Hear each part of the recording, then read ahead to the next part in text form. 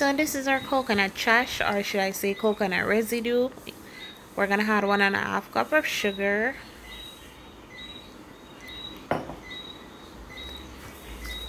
3 teaspoons of vanilla,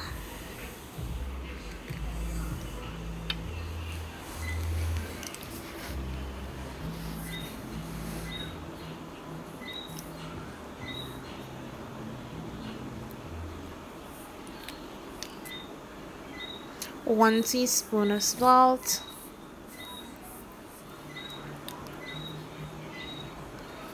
baking powder. We're gonna add 1 teaspoon as well. Most person had a 1 and a pinch.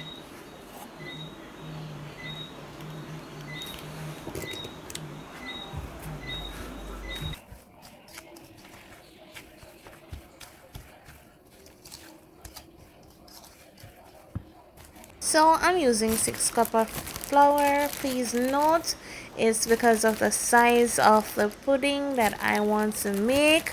If you're making a smaller one, you do not need this much flour, so please bear that in mind. Okay,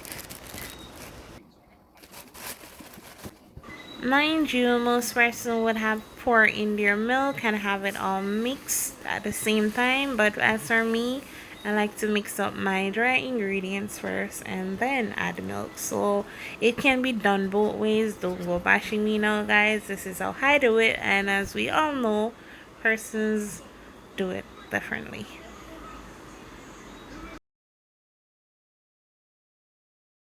So let's pour our mixture in our pan, guys. Let's go, yeah.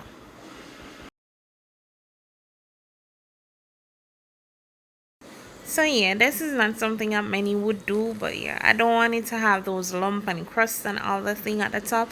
As we all know, it's coconut thingy, pudding, you name it. So it's not gonna be smooth on the top, but at least you know you can use your little spatula and rub or try to smoothen the surface. I'd rather say than say rub out the lumps, or yeah. So yeah, that's me trying to get it to look somewhat nice or presentable. And there you go in the oven. We're gonna leave it here for an hour.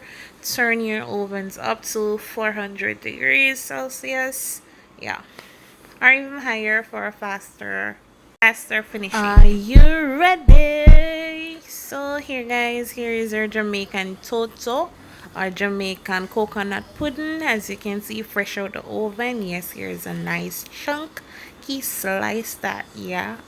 You can add your sauce, whether orange or cherry, anything you like to eat it with. Most persons like to have it with cheese or milk.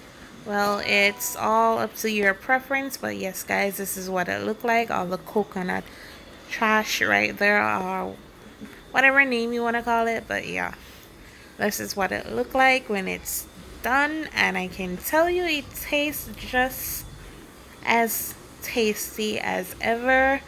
It depends on how you make it, by the way, but yeah, it's very awesome.